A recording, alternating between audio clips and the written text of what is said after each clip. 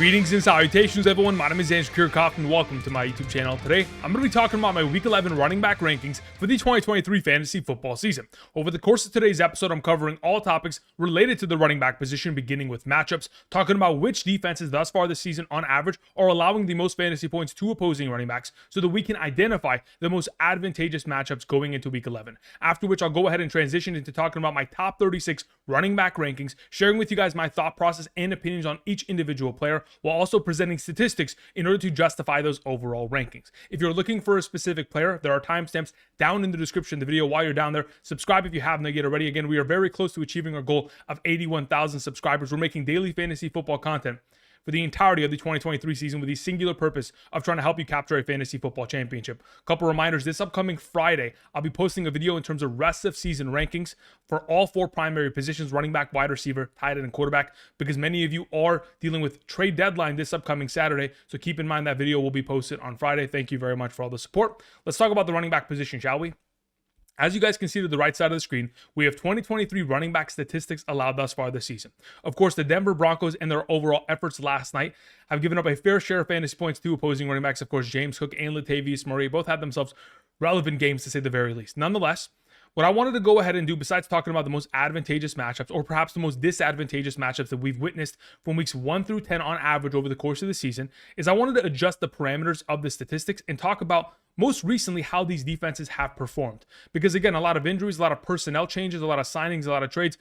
There have been different moves that have been made that adjust this overall, defensive potential. Therefore, I've gone ahead and adjusted the parameters from weeks 5 through 10 in order to determine which are the most advantageous matchups truly as of late. The Green Bay Packers, the Indianapolis Colts, Carolina Panthers, all teams that were still at the top of that conversation, but continue to remain at the top of those conversations as of thus far this season from weeks 5 through 10.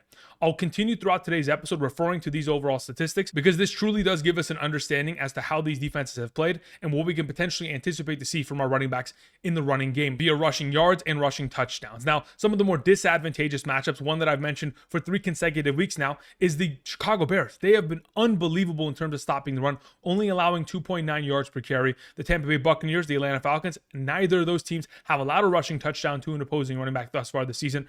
Either way, we'll go ahead and reference back to these statistics over the course of today's episode. I just wanted to go ahead and present to you guys a more updated version in terms of the strength of schedule going forward. All right, let's go ahead and let's talk about my top 36 running back rankings. A couple reminders: between now and Sunday, rankings are always subject to change. I can 100% guarantee you that a lot of the rankings that I'm going to present to you today, Tuesday, in comparison to what they'll look like on Sunday morning's live stream, are gonna be very much so different. With new injuries popping up, whether that is on the offensive line, whether they're running backs, whether it's quarterbacks, whether it's defensive players, there's going to be injuries, there's going to be player news, there's going to be metrics that I find over the course of the week that give me less or more confidence within a given player. So keep in mind that rankings are subject to change. For those of you who are trying to stay up to date on my latest rankings, you can either show up on Sunday morning, live streaming from 7 to 10 a.m. Pacific Standard Time, check out the Patreon, or check out Underdog Fantasy. At this current moment in time, if you sign up using code Andrew, make that first time deposit minimum of $10. Not only are you going to get the first time deposit match up to $100, I'll be sending you my rankings every single Sunday morning for the remainder of the season. These rankings consist of by position,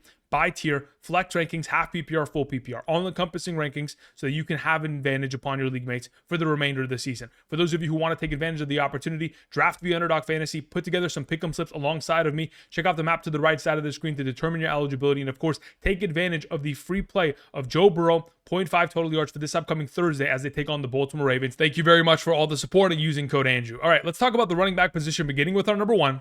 We have Christian McCaffrey. Christian McCaffrey coming off another great week, 17 fantasy points, but unfortunately, the streak was broken. His 17 consecutive game streak of scoring a touchdown, whether that was rushing or receiving, has unfortunately ended. It's reminiscent of the Undertaker streak being broken, but I do anticipate, considering how well the San Francisco 49ers played on Sunday, they buzzsawed through that Jacksonville Jaguars defense. I'm anticipating for Christian McCaffrey to restart his overall streak of games of scoring a touchdown and, of course, providing incredible performances for fantasy purposes. I understand that the Tampa Bay Buccaneers defense hasn't allowed a rushing touchdown to a running back since week 5. I expect that streak to end this upcoming week as Christian McCaffrey's looked incredible. Of course, coming off of a game in which he had 10 targets, 6 receptions, 47 receiving yards, again, continues to be the number 1 running back. Moving on to our number 2, we have Austin Ekeler. He has one of the more advantageous matchups going into the week.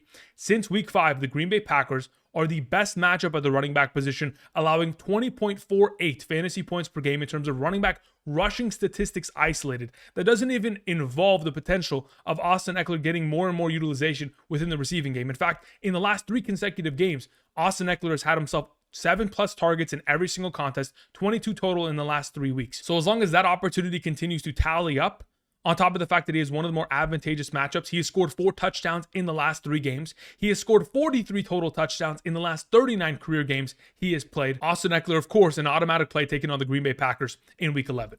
Moving on to our number 3. To begin the 8th tier, we have Travis Etienne. Travis Etienne was quite underwhelming. Like we mentioned earlier with Christian McCaffrey, the San Francisco 49ers buzzsawed the Jacksonville Jaguars, unfortunately. But we're going to go ahead and get back on track here, taking on a division rival with the Tennessee Titans. The Tennessee Titans defense in seasons past have been quite scary. Oftentimes you'd play your running backs against them and not expect much. But as of late, since week 5, they are the 12th best matchup at the running back position. They're allowing 4.34 yards per carry to opposing running backs and 13.4 fantasy points per game in terms of rushing statistics isolated.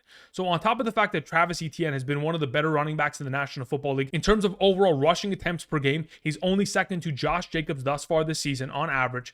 And going into a week in which we anticipate this offense to, of course, be far better, I expect him to find the end zone and, of course, be another consistent play for fantasy purposes. Moving on to our number 4, we have Devon Achane. Again, with Devon Achane returning, we all know what we have to do. For those of us who have had him on our bench or on our injured reserve, we are immediately starting him on the return because last time we saw him, in the last 3 games he's performed in, 49.3 fantasy points. Of course, that'll probably be his best fantasy performance ever, but nonetheless, 49.3, 25.5, and 21.0. He scored 7 touchdowns in the last 3 games he played. He had 37 rushing attempts in those 3 games for a 12.3 yard per carry average. An unbelievable statistic. And they take on the Las Vegas Raiders. There's no way I'm not starting Devon Achane this week. The Las Vegas Raiders are the 5th best matchup at the position, allowing 4.41 yards per carry and nearly 17 fantasy points per game in terms of rushing statistics isolated. This offense needs a boost, and Devon Achane is going to provide that. Moving on to our number 5, we have Jahmyr Gibbs. I mean, my goodness, Jahmyr Gibbs was incredible. And he did a lot more than I anticipated him to do. So let's go ahead and give you a full breakdown of this game. Jahmyr Gibbs led the running backs in touches, touchdowns, and snaps. So, of course, David Montgomery played the second fiddle despite the fact that he started the game. But when I went back and I watched this game, in drives 2, 4, 7, and 9, Jahmyr Gibbs played every single offensive snap with no signs of David Montgomery in all of those overall drives. So 4 separate drives. Now, there were 2 drives in this overall game in which there were 1-play drives. The one in which David Montgomery went for a 75-yard rushing touchdown, and the other drive which was 1 pass, a screenplay prior to the end of halftime. So if we exclude those drives, in 4 of the 8 total drives that they had, Jahmyr Gibbs had no backfield competition and was the lone back. So every other drive, they want to give him the entire full workload of opportunity. While on the other drives, he does get a couple sprinkles of opportunities, but primarily it is majority of the opportunities going towards David Montgomery. Nonetheless, we have seen that this team has established, hey, we want to get Jahmyr Gibbs involved. We know that he's the most talented back on this team. And of course, he's going to dominate. And I expect that to continue to be the case. Even though they do take on the most difficult matchup at the running back position since week 5, the Bears only allowing 4.35 fantasy points per game to opposing running backs throughout that course of time, and are only allowing 2.9 yards per carry. They haven't taken on the Detroit Lions for 5 consecutive games. I expect Jahmyr Gibbs and this backfield to, of course, dominate within the given week. Moving on to our number 6, we have Josh Jacobs. Josh Jacobs has been playing incredibly well since the kind of removal of Josh McDaniels as the head coach and primary play caller of this offense. In the last 2 games, we have seen Josh Jacobs get 26 and 27 rushing attempts. Unbelievable overall numbers. Obviously, last week set a season high of 116 rushing yards against the New York Jets, which again wasn't the greatest overall matchup, yet he put up a great number with his starting left tackle out. So as we approach week 11, the primary thought that I have is, can we get into a position where Josh Jacobs is going to continue to get himself 20+ rushing attempts even against the Miami Dolphins? I am worried that there may be a potential in which the Miami Dolphins come out and boat race the Las Vegas Raiders. And if that takes place, that'll put less of a priority on having to run the ball in the second half of this game and more, hey, we have to pass the ball. But To be totally honest, we have seen earlier this season with Aiden O'Connell, Josh Jacobs get himself 8+ receptions within a singular game for over 80 receiving yards. So I'm not too worried about that overall potential. I do expect him to get a lot of utilization within this offense, whether it's on the ground or through the air this week. Taking on the Miami Dolphins, hopefully he can find the end zone. Moving on to our number 7, we have Breece Hall. Earlier this morning, we got confirmation that the New York Jets released Michael Carter from the team. So that means that there's going to be less target, competition within this backfield for Breece Hall. In the last 4 games, on an individual basis, his overall receiving statistics isolated have contributed 7.9, 18.1, 3.0, and 6.2 fantasy points in those individual games in a half PPR scoring format. If in fact you add a couple more targets based on how dynamic of a player Breece Hall has already proven to be, not only this season, but in his rookie season, he's only going to have even more upside going forward. Now, I know as of late, in terms of running the ball, he hasn't been the most efficient running back. From week 6 through 10, he's averaging only 2.53 yards per attempt on average, but that obviously has to do with the fact that his offensive line is in shambles. We have seen a couple of his offensive linemen missing as of late. Of course, a lot of season-ending injuries within this offensive line, and it's only going to compile and make it that much more difficult to run the ball. But hopefully this week, taking on the Buffalo Bills, a defense that he torched earlier this season in week 1, 10 carries for 127 and 15.2 fantasy points, a defense that is allowing 14.45 fantasy points per game on average, the 9th best matchup at the position, while also allowing 4.23 yards per carry on average. My expectation going forward is that Breece Hall hopefully ends up finding himself more receiving utilization, more yardage on the ground, and hopefully finds himself in the end zone.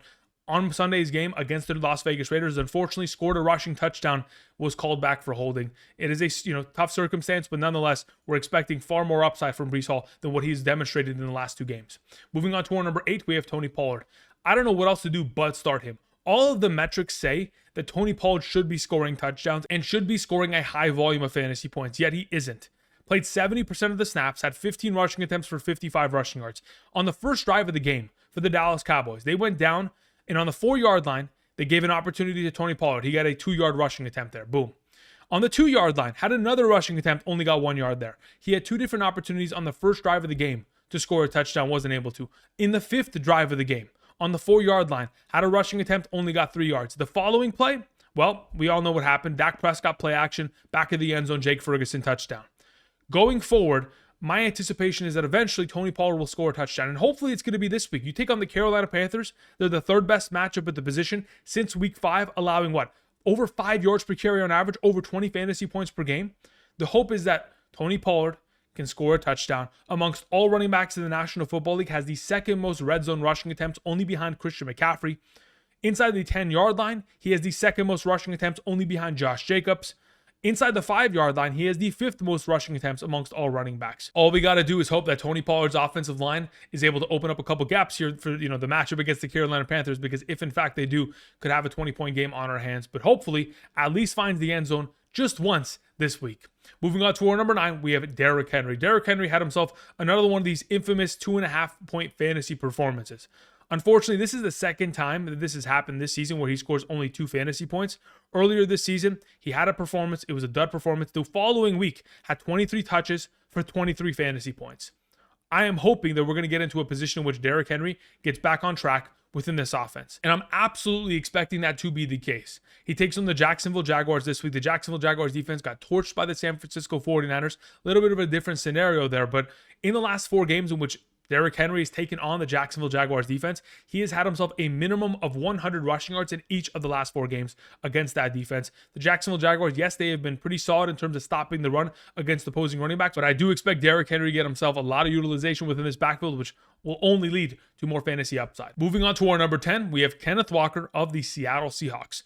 Last week had himself 19 rushing attempts and 1 reception, 20 touches. Anytime you're going to get workhorse level opportunity, we love to see it. Even with Zach Charbonnet getting himself 10 touches within the overall game, 6 rushing attempts, 4 receptions, it does not bother me. We know that they're going to continue to rely upon Kenneth Walker. The only question is, can Kenneth Walker find the end zone? On Sunday's game against the Washington Commanders, was given a rushing attempt on the 4-yard line late in the game. Unfortunately, wasn't able to get himself into the end zone. The following play, a Tyler Lockett receiving touchdown. A lot of opportunities are going to be there for Kenneth Walker. It's just a matter of, can he actualize them, find the end zone, and elevate his overall play as a fantasy option. Thus far this season, he leads all running backs in terms of rushing attempts inside the 5-yard line. He has 13 rushing attempts for 5 rushing touchdowns. As long as we can get back into that overall conversation, of course, Kenneth Walker can continue to be a top 12 running back option for this week. Moving on to our number 11, we have DeAndre Swift. Sunday Night Football, they take on the Kansas City Chiefs. Of course, thus far this season, we have seen that DeAndre Swift has been a consistent part of this offense. Since week 2, 17 touches per game in 8 consecutive games. Love to see it. Unfortunately, in 2 of the last 3 games, we have seen Kenneth Gainwell come into the game and yoink a rushing touchdown.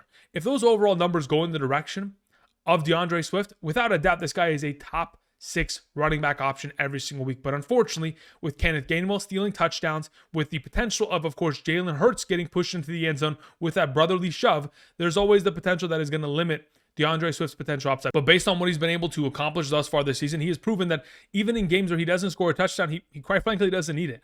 Thus far this season, in terms of yards and receptions, total rushing yards and receiving yards and total receptions, he's averaging about 11.3 fantasy points per game. If you add a touchdown to the top of it, which I'm expecting to be the case this upcoming week, I do expect him to once again be a top 12 option at the running back position, taking on the Chiefs defense that is allowing 4.8 yards per carry since week 5. Moving on to our number 12 to close out the RB1 conversation, we talk about Aaron Jones. Aaron Jones had himself a very difficult week. I moved him down within my overall rankings by the time we got to Sunday morning's live stream, primarily because I knew that if this offense is not going to score in the first half, they're not going to be able to consistently run the ball in the second half and give enough opportunities to Aaron Jones to be a relevant option. He went from going from 20 rushing attempts back in week 9 against the LA Rams to having only 13 rushing attempts this most recent week against the Pittsburgh Steelers defense, which of course has been a pretty solid run-stop defense. Nonetheless, they take on the Chargers this week. It's the 10th best matchup. They're allowing 4.2 yards per carry and 14.4 fantasy points per game on the ground alone. In the last 3 games, we have seen Aaron Jones compile 4 receptions per game. And as long as the opportunity is going to be there, a more advantageous matchup, the hope is that Aaron Jones can find himself immediate success within this offense and hopefully find the end zone. Moving on to our number 13, we have Saquon Barkley. Unfortunately, Saquon Barkley's low ranking last week did come to fruition. He only scored 6.6 fantasy points. And in his overall performance against the Dallas Cowboys, he had himself 8 rushing attempts of 2 or fewer yards and only 5 rushing attempts of 8 or more yards. Had a couple burst runs of 8, 10, 12, 15, 25 rushing yards, and that pretty much saved his overall week in terms of yardage there. But outside of that, this offense is an absolute mess. Hopefully taking on the Washington Commanders, who we took on in week 7. In that game, had himself 21 attempts for 77 yards, 3 overall receptions for 41 receiving yards, and a touchdown for 17.3 fantasy points. Hopefully, we can get back to that overall position. But with Tommy DeVito at the quarterback position, it is going to be very difficult to accomplish that. We know that he's going to get himself opportunity. He was given a goal line opportunity on Sunday's game against the Dallas Cowboys. Unfortunately, was not able to score a touchdown with said overall opportunity, but I do expect there to be far less garbage time in which Saquon Barkley is pulled out of the game because they're down 30 points when they take on the Washington Commanders this week, which only elevates his overall potential.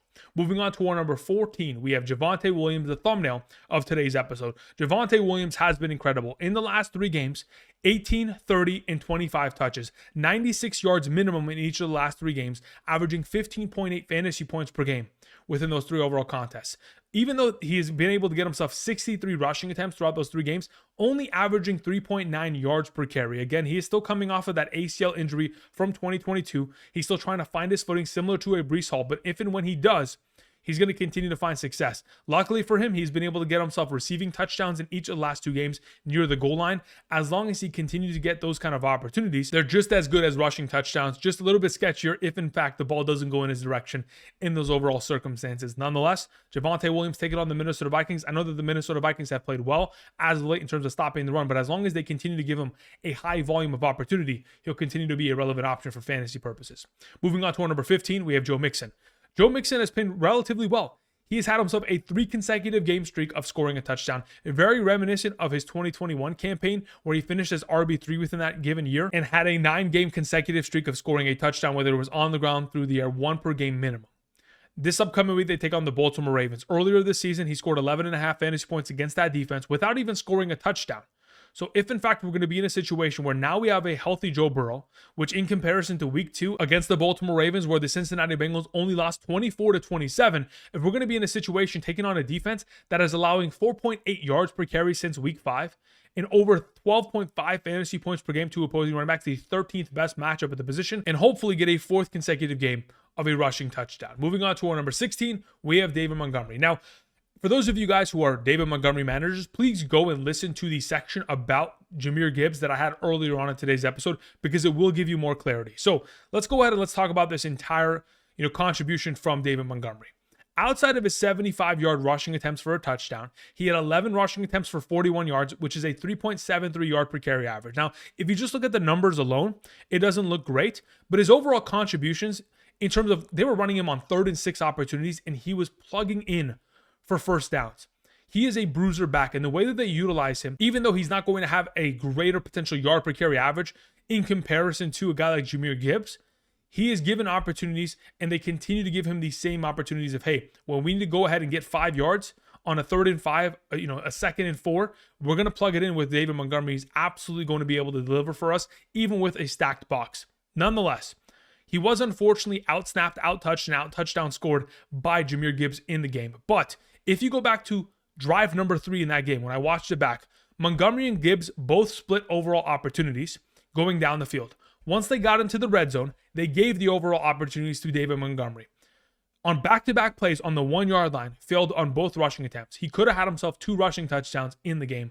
Unfortunately, only came away with 1. Now, when we look at the overall offensive contributions, what they went ahead and demonstrated was, going forward, we're going to see a drive in which we have David Montgomery with a couple sprinkles of Jahmyr Gibbs, and in every other drive, it's going to be all Jahmyr Gibbs. That's exactly what they did against the Los Angeles Chargers, and that's what I anticipate to see.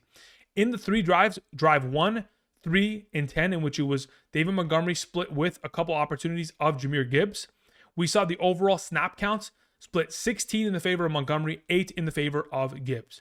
So still, we're going to see David Montgomery utilized heavily within this offense. He still started as a starting running back. He still got himself the first team reps, but they want to utilize him less with Jahmyr Gibbs having himself far more upside. And going up against one of the toughest matchups at the running back position, it doesn't mean he won't have touchdown opportunities. It just won't be as frequent as we typically have seen it in the early half of the season. Moving on to our number 17, we have Brian Robinson Jr. Brian Robinson's playing great. I mean, he's coming off of a week in which he set career highs in targets, receptions, and receiving yards, had himself a receiving touchdown, played 51% of the offensive snaps within an offense that thus far this season, amongst all teams, the Washington Commanders have the highest passing rate. They have a 68.7% pass rate amongst all teams. And all of us Brian Robinson managers have definitely seen their rushing rate as a team significantly drop over the course of the last couple games. Nonetheless, this upcoming week, taking on the New York Giants, a division rival, this should be a positive game script, which means far more opportunity on the ground. As long as they're comfortable utilizing Brian Robinson within the receiving game, again, that was his 3rd receiving touchdown of the season. As long as they give him rushing opportunities against the 7th best matchup at the position, allowing over 5 yards per carry on average since week 5, over 16 fantasy points per game in terms of rushing statistics isolated, my expectation is a big week here from Brian Robinson Jr. Moving on to our number 18, Jerome Ford. Jerome Ford has played extremely well. In week 2 against the Cleveland Browns, once in fact Nick Chubb went down with an injury, he came in and dominated against the Pittsburgh Steelers. And the reason why I mention this is because they do take on the Pittsburgh Steelers this week. In that game, 16 carries for 106, 3 receptions on 4 targets, 25 receiving yards, and a receiving touchdown for 22.6 fantasy points. In 6 of the last 7 games that we have seen Jerome Ford play, in which he's been healthy and hasn't been a game-time decision and played a very limited potential offensive split, he's been able to get himself 10 plus fantasy points in 6 of the last 7 games. The opportunities are there, all while Kareem Hunt in the last 5 consecutive games has scored at least 1 rushing touchdown minimum. He takes on a defense that is allowing 12.76 fantasy points per game, a middle-of-the-pack matchup, but from what we have seen earlier this season, the running game should find success against the Pittsburgh Steelers for the Cleveland Browns starting RB1. Moving on to our number 19, we have Najee Harris. Najee Harris has been incredible. Since the post-Week 6 bye, he has been fantastic. And from what we heard in terms of rumors from that Week 6 bye of Najee Harris going back into the facility instead of taking a vacation on their bye week, meeting with Matt Canada and readjusting this whole offense, it has purely been demonstrated based on the overall fantasy upside that Najee Harris has been able to display over the course of the last couple weeks, that there was certainly a difference made from those overall meetings that they had during the bye week. As of late, since week 6, we have seen Najee Harris averaging 13.5 fantasy points per game in comparison to weeks 1 through 5, where he was only averaging 6.18 fantasy points per game. In the last 4 games, 3 rushing touchdowns and 13 receptions. Those are stats that he was never getting within his overall box score in the early half of the season, weeks 1 through 5. Going against the Cleveland Browns this week, in week 2 in the matchup, only had himself 10 rushing attempts for 43 rushing yards. Still getting over 4 yards per carry on average was great. This upcoming week, taking on the Cleveland Browns, even though it's a scary defense, they're the 8th best matchup since week 5 in terms of running back fantasy points allowed in terms of rushing statistics, 14.5 per game, 4.66 yards per carry average allowed to opposing running back. Should be a solid week here for Najee Harris. Moving on to our number 20 to close out the D tier, we have Isiah Pacheco. Isiah Pacheco in 6 of the last 7 games has had a base minimum of 16 touches per game. We'll take that. The last time he took on the Philadelphia Eagles in the 2022/2023 Super Bowl, was able to get himself 15 carries for 76 and a rushing touchdown, scored 13.6 fantasy points. I'm hoping that that's going to be the case.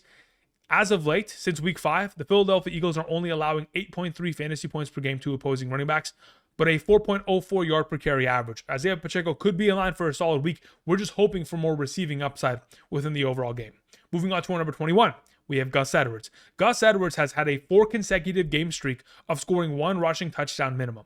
In week 2 against the Cincinnati Bengals, 10 carries for 62 yards, a 6.2 yard per carry average, a rushing touchdown, all for 12.2 fantasy points. In that same game, we still saw Justice Hill get himself 11 carries for 41 rushing yards. We have seen this team run over that defense, and I'm hoping that's going to be the case once again on Thursday Night Football, especially considering the fact that Devin Singletary had 30 rushing attempts for 150 rushing yards and a touchdown.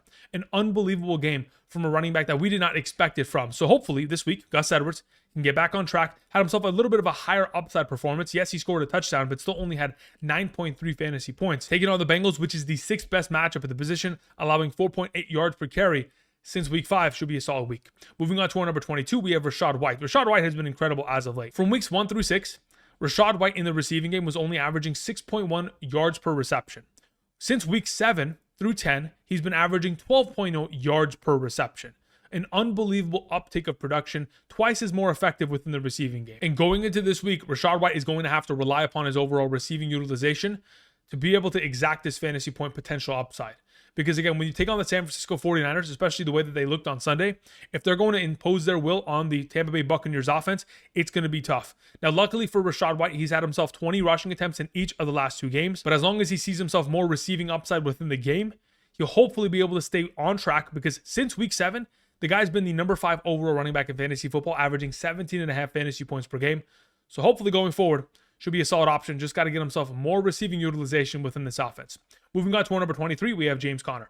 James Conner had himself a solid game. 16 touches for 73 rushing yards. Unfortunately, Kyler Murray on the goal line did his old classic zone read keep, scored a rushing touchdown. Later on in the game, Michael Wilson tackled down at the 1-yard line. The next play, brotherly shove with Clayton Tune at quarterback. Not handing it off to James Conner, but another quarterback rushing attempt from a different quarterback. There were multiple opportunities for James Conner to score a touchdown. Hopefully going forward with the dust pretty much kind of worn off of him and Kyler as they both return from injury, going forward against the Houston Texans matchup, we're expecting James Conner could maybe find the end zone. And if in fact he does and get himself more receiving utilization, could absolutely be an RB2 option within the given week. Moving on to our number 24, we have James Cook. James Cook was a fumble machine last night, but nonetheless was highly efficient in his overall opportunities. 12 carries for 109 rushing yards, dominated against the Denver Broncos' advantageous matchup. Now, thus far this season, he's averaging 5.1 yards per carry. I'm going to hope that the firing of Ken Dorsey, the offensive coordinator of the Buffalo Bills this morning, is going to lead to more opportunities going in the direction of James Cook and far less opportunities going towards Latavius Murray. Latavius Murray is already difficult enough to start on a weekly basis because you just don't know if he's going to score a touchdown. But hopefully we'll see far more opportunity going in the direction of James Cook going forward and taking on the New York Jets this week. Our number 25 is Devin Singletary. Devin Singletary had himself an incredible career-high game of 30 rushing attempts, 150 rushing yards, and a rushing touchdown, playing 81% of the offensive snaps. Now, if in fact we do end up seeing that Dameon Pierce does return, the overall ranking of Devin Singletary will be diminished, but nonetheless, they do take on the Arizona Cardinals, which is the 4th best matchup at the position, allowing over 4.5 yards per carry and nearly 20 fantasy points per game on average since week 5. So there is still potential for upside here for Devin Singletary, as long as they continue to believe that he is going to be the primary back and they continue to give him opportunities within this backfield. Of course, he should be of value for fantasy purposes, and that is why I mentioned him in terms of a waiver wire option yesterday. Moving on to our number 26, another waiver wire option, we have Ty Chandler. Like I mentioned yesterday, Alexander Mattison is going to be missing this week with a concussion. He's in the protocol. The expectation is that he will miss. In his absence, of course, Ty Chandler in last week's game, of course, had a touchdown in the fourth quarter, unfortunately was called back. But even in the first 3 quarters of the game, when Alexander Mattison was healthy, got himself a rushing touchdown. It is quite alarming, especially considering Alexander Mattison doesn't have a single rushing touchdown this season, but both Ty Chandler and Cam Akers both have rushing touchdowns. It is what it is at this current circumstance. Going into the week against the Denver Broncos, a matchup in which they're allowing 5.7 yards per carry on average since week 5, my expectation is that, of course, Ty Chandler should have himself a solid overall experience. And honestly, I think I probably have him ranked too low. He probably should be higher ranked and will probably outproduce the number 26 spot. So keep that in mind when you end up starting him this week. Moving on to our number 27, we have Jaylen Warren. Speaking of ranking a player far too low, I continue to rank Jaylen Warren too low. And I'm going to admit it right now. I have him ranked too low for this week. But I often find myself having a hard time justifying starting him over a starting running back when he is a backup within his own overall offense, considering how well Najee Harris has played as of late. Yet, I mean, we just saw Jaylen Warren play 51% of the offensive snaps, identical to Najee Harris. 15 rushes for 101 and a touchdown, 2 receptions for 9 yards, 18 fantasy points, set career highs in rushing attempts, rushing yards. That's the 3rd overall touchdown of his overall career thus far. That's the 2nd rushing touchdown he has scored in the last 4 weeks. After the bye week in week 6 for the Pittsburgh Steelers, Jaylen Warren's been averaging 11.5 fantasy points per game in comparison to 7.9 from weeks 1 through 5. They take on the 8th best matchup at the position, taking on the Cleveland Browns. And on average, since week 7, we have seen him averaging the RB20 spot for fantasy purposes on a weekly basis in terms of half PPR rankings. So as long as he continues to be a top 24 back, number 27 is absolutely a disservice for me. Moving on to our number 28, we have Raheem Mostert. Like I mentioned earlier, we're all starting Devon Achane. Can we trust to start, Raheem Mostert? Absolutely, in some circumstances. They do still take on the Las Vegas Raiders. That is the 5th best matchup at the position, nearly averaging 17 fantasy points per game allowed to opposing running backs since week 5, 4.41 yards per carry on average allowed. Those are great statistics. But in the last 2 games in which we saw Raheem Mostert play with Devon Achane, 14.8 and 4.0. There are going to be circumstances in which Raheem Mostert is no longer an option within this backfield and isn't able to score touchdowns. And when he's not able to, the yardage, the receiving work, it's not going to be enough to justify playing him. That's why I've moved him as low as 28, because I am worried that Devon Achane truly does take over as soon as he returns this week. Moving on to our number 29, we have D'Onta Foreman. He took on one of the more advantageous matchups last week. Now he has to take on the Detroit Lions. With Khalil Herbert and Justin Fields returning to the lineup and a great run-stopping defense from the Detroit Lions, my expectation is that D'Onta Foreman's overall contributions has earned him the starting running back position going forward, but there is going to be sprinkles of opportunities from Justin Fields' rushing upside and Khalil Herbert, Roschon Johnson. There's going to be a backfield rotation. It's not going to lead to him getting 20-plus touches, and it's definitely a tough matchup, but he still will be given, the first couple cracks and hopefully the goal line utilization. Moving on to our number 30, speaking of goal line utilization, Kareem Hunt has scored a rushing touchdown in each of the last 5 games. He's been able to get himself 10-plus touches in each of those 5 games as well. As long as he's going to be on the cusp of scoring himself, 10 to 15 fantasy points per week, I mean, the rank of number 30 is quite underwhelming. He did score 9.2 fantasy points. I think he was like the 28th ranked running back in week 10. Nonetheless, going forward, within the given matchup against Pittsburgh, as long as he continues to score touchdowns, I mean, he has 6 rushing attempts inside the 5-yard line, while Jerome Ford only has 1 this season. As long as they prefer him as the goal line back, of course, he's going to be relevant. Moving on to our number 31, we have Darrell Henderson Jr. Darrell Henderson, with Matthew Stafford returning this week, should be far more relevant. The Rams in week 1 against the Seattle Seahawks had 37 running back rushing attempts for 3 rushing touchdowns and 26.3 fantasy points. My expectation is to get back to that overall, opportunity of running the ball at a high clip with both Darrell Henderson and Royce Freeman, who we'll mention in just a moment. Moving on to our number 32, we have Keaton Mitchell. Like I mentioned yesterday, Keaton Mitchell and the hype train potential can in fact be actualized this week. We heard from John Harbaugh yesterday in a press conference with the media, in which he said that the game script impacted the overall utilization of Mitchell because we wanted him to get utilized in specific packages, but unfortunately in the second half, the game script did not allow us to utilize him as much. He was quoted to have been said in that interview, looking back at it, would we have wanted him to be out there more? Yeah. And I think that'll factor into this week's game plan. So going into this week, there's going to be far more utilization of Keaton Mitchell. And with that being the case, considering how well he has played in terms of yards per carry, on the ground, through the air, lining up out wide, unfortunately dropping a touchdown on Sunday's game against the Cleveland Browns, His forced missed tackles per attempt is amongst the highest in the National Football League, in the same conversation as Devon Achane. That's why the vibes are there. Taking on the Bengals this week is the 6th best matchup at the position. We're hoping for a lot of upside within the given week. Moving on to our number 33, we have Chuba Hubbard. Again, to take on the Dallas Cowboys. This is not going to be a fun matchup, and I'm anticipating him to continue to be the starting running back, but I don't really have much hope outside of the potential in which he scores a touchdown early. Outside of that, it's going to be very difficult to run the ball, similar to the way that we had Saquon Barkley, very low ranked. I kind of keep that same momentum this week with a lesser offense against the Dallas Cowboys defense that should be dominating. On number 34 for this week is Antonio Gibson. Antonio Gibson, like I mentioned in yesterday's waiver wire episode, has been able to surpass 8+ fantasy points in 4 of the last 6 games he has participated in, coming off of another week in which he had 5 receptions. That's 3 consecutive games of 5 or more receptions.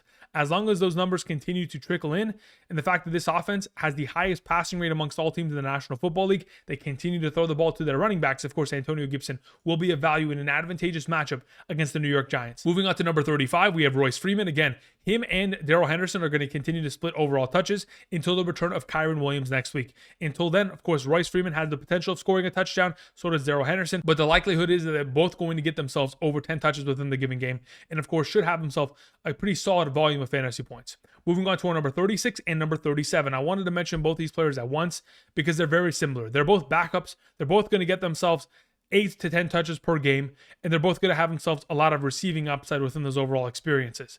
Outside of that, if in fact you're desperate enough to where you need to start one of these 2 options, go for it. But I think they're probably going to score themselves somewhere between 5 to 8 points every single week. If they score a touchdown, it's a lucky 12-point game. Outside of that, that's going to cover for me today. Thank you, everybody, for watching. If you like today's video, click the like button, subscribe if you haven't yet already. I'll be back tomorrow with wide receiver rankings at a top 40 capacity.